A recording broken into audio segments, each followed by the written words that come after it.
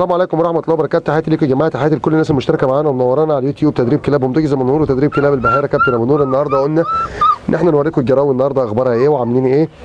طبعا في ناس كتير بتحب تتفرج على الجراوي الصغيره، مشهد بيبقى جميل بصراحه لما تلاقي نفسك عندك كلبه والده ولا حاجه مولوده عندك وتلاقيهم بيلعبوا قدام عينك كده.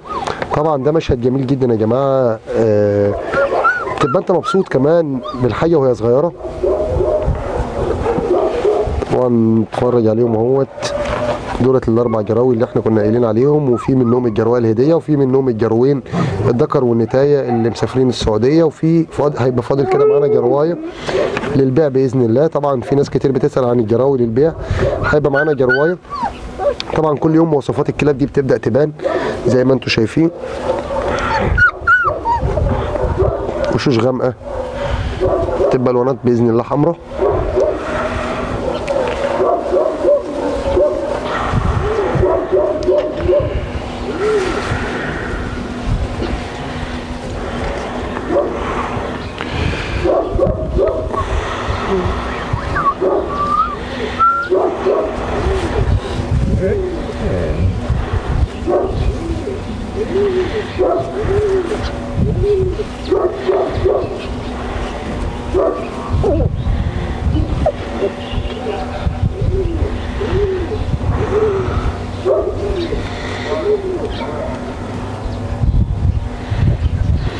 طبعا يا جماعه طبعا الجو برد، لو لاحظتم احنا حاطين النتايه هنا في بلكونه، تمام.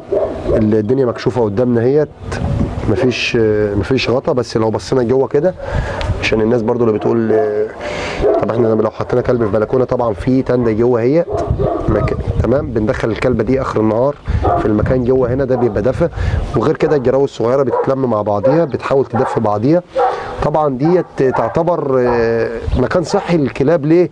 لان طبعا الجو هنا جميل، والجو الطبيعي هنا بالنسبه للمكان جميل جدا. اي نعم بيبقى فيه برد وفيه ساعه، بس طبعا بالليل بندخلهم في المكان اللي جوه ده، بيتلموا مع بعض مع امهم، بيبقوا مدفيين بعض. الصبح بالنهار يطلع الشمس، لما تطلع في المكان ده بتبقى الشمس بالنسبه للجراوي جميله خالص، بيطلعوا يلعبوا، بيبقوا واخدين حريتهم.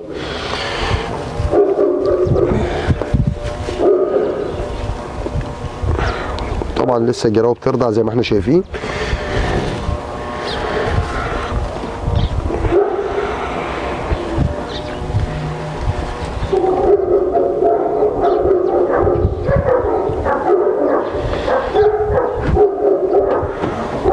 في الاخر نقول لكم تحياتي ليكم وتحياتي لكل الناس المشتركين اللي منورينا على القناه.